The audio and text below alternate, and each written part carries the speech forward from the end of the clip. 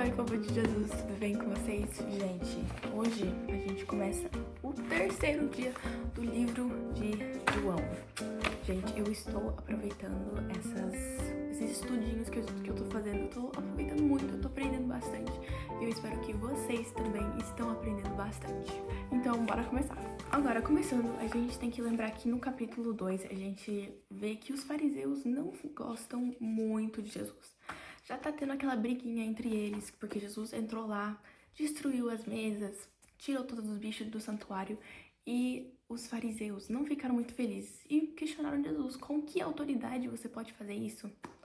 Mas, indo pro capítulo 3, a gente vê que Nicodemos, um fariseu naquela época, ele foi até Jesus no verso 2 e disse assim: Rabi, todos nós sabemos que Deus enviou o Senhor para nos ensinar.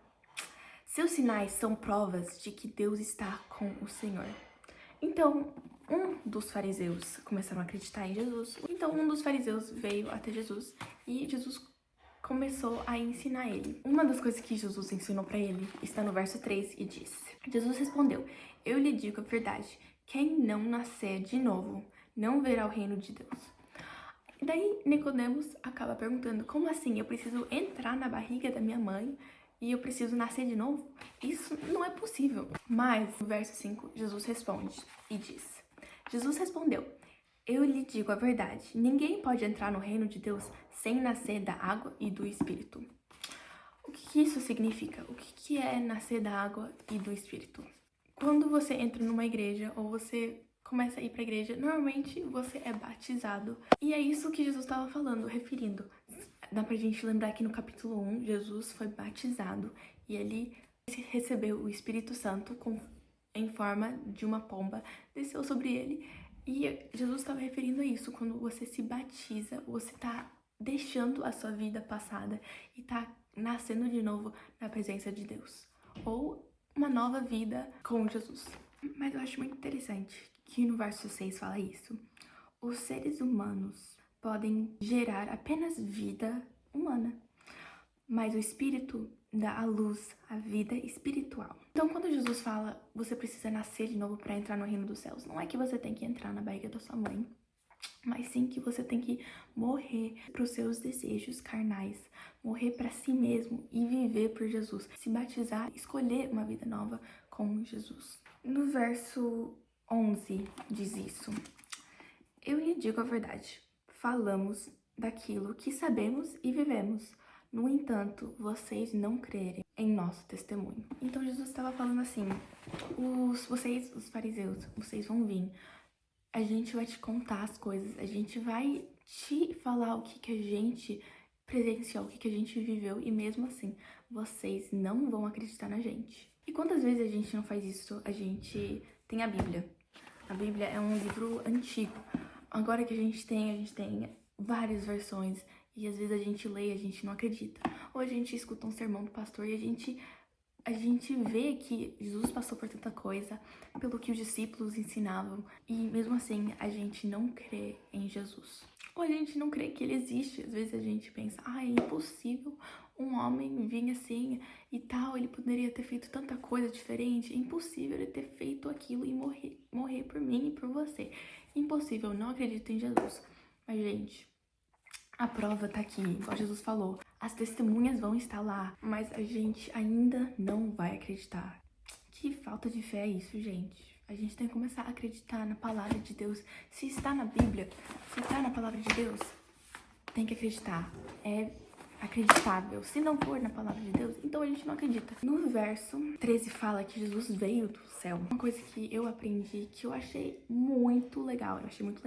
No verso 14 diz isso: E como Moisés, no deserto, levantou a serpente de bronze numa escata, também é necessário que o Filho do Homem seja levantado. Gente, se vocês não sabem, lá, quando o povo estava no deserto, cobras venenosas foi e mordeu o povo israelita. E acabou que várias pessoas começaram a ficar doentes e estavam morrendo. E daí Moisés orou para Deus e falou: nos ajude, por favor. E daí Deus mandou Moisés construir uma cruz, uma coisa de formato de uma cruz, meio que assim. Eu vou colocar a foto aqui para que toda pessoa que for mordida pela cobra e olhar vai ser salvo. Gente, é a mesma coisa que aconteceu com Jesus. Jesus foi crucificado numa cruz. Todo mundo que crê nele é salvo. Gente, eu achei isso absolutamente incrível. Toda vez que a gente estiver passando por alguma coisa, é só olhar para Jesus e a gente vai estar salvo. Igual quando o povo israelita, quando foi mordido pela cobra, olhou para a cruz, na cruz bronze com a cobra nela, eles foram curados. É só a gente olhar para Jesus e a gente vai ser salvo, a gente vai ser curado. Mas, gente, tem um verso, João 3, verso 16. É um verso bem comum, eu acho que todo mundo aqui conhece, que diz: porque Deus amou tanto o mundo que deu o seu Filho único, para que todo que nele crê não pereça, mas tenha vida eterna. Então, gente, é muito fácil. Para ser salvo é muito fácil, é só crer em Jesus. Mas, é só acreditar e eu posso continuar vivendo da minha vida. Não, gente. Porque até Satanás acredita em Jesus.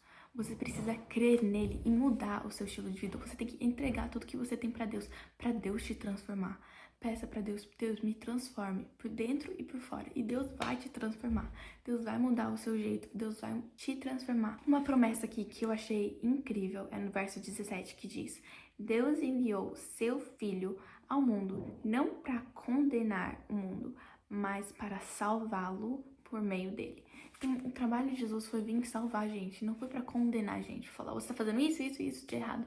Não, é para salvar a gente, porque a gente é um povo pecador e a gente precisa de um salvador.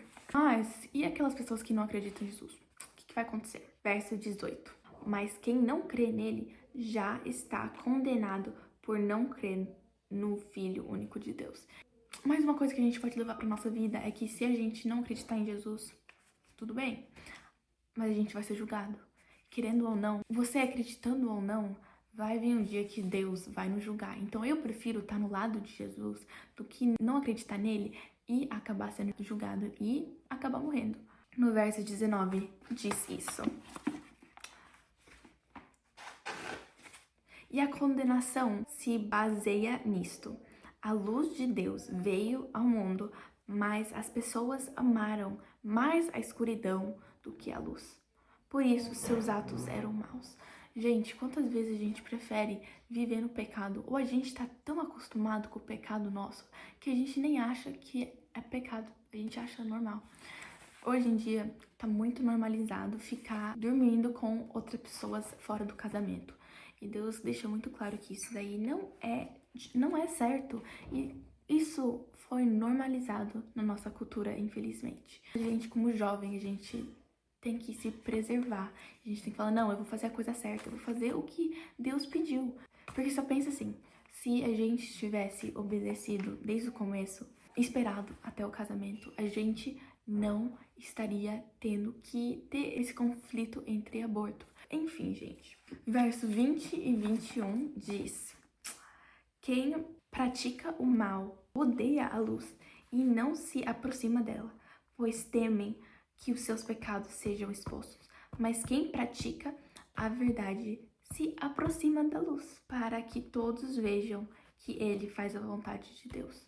Então, aqui a gente pode perceber que a luz e a escuridão não podem se misturar. Eu vejo na minha vida bastante dos meus amigos, a gente sai e tal, mas quando eu saio com eles, eu me sinto estranha, porque eu tô com gente que não acredita a mesma coisa que eu acredito e faz coisas que eu não faria. Mas tem aquele grupo que eu saio, que eu converso de vez em quando, e quando a gente sai todo mundo junto, todo mundo acredita na mesma coisa, todo mundo tem o mesmo propósito, é uma coisa totalmente diferente e é uma coisa incrível. Tá, agora no verso 21 a verso 30 fala sobre João Batista. Jesus foi para um lugar diferente e João Batista também estava batizando e Jesus estava batizando. Os seguidores do João Batista que estavam lá com ele, eles falaram assim para o João Batista: por que as pessoas estão indo mais para Jesus do que pra gente? Não era para eles virem pra gente? Mas verso 28 diz assim: vocês sabem que eu lhes disse claramente, eu não sou o Cristo. Estou aqui apenas para preparar o caminho para ele.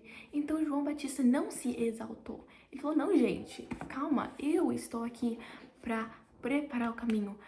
É necessário que ele cresça e eu diminua. Verso 36 fala isso: e quem crê no Filho de Deus tem a vida eterna.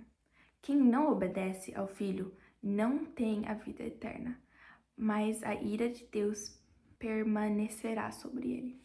Então, quantas vezes a gente acredita, mas a gente não obedece?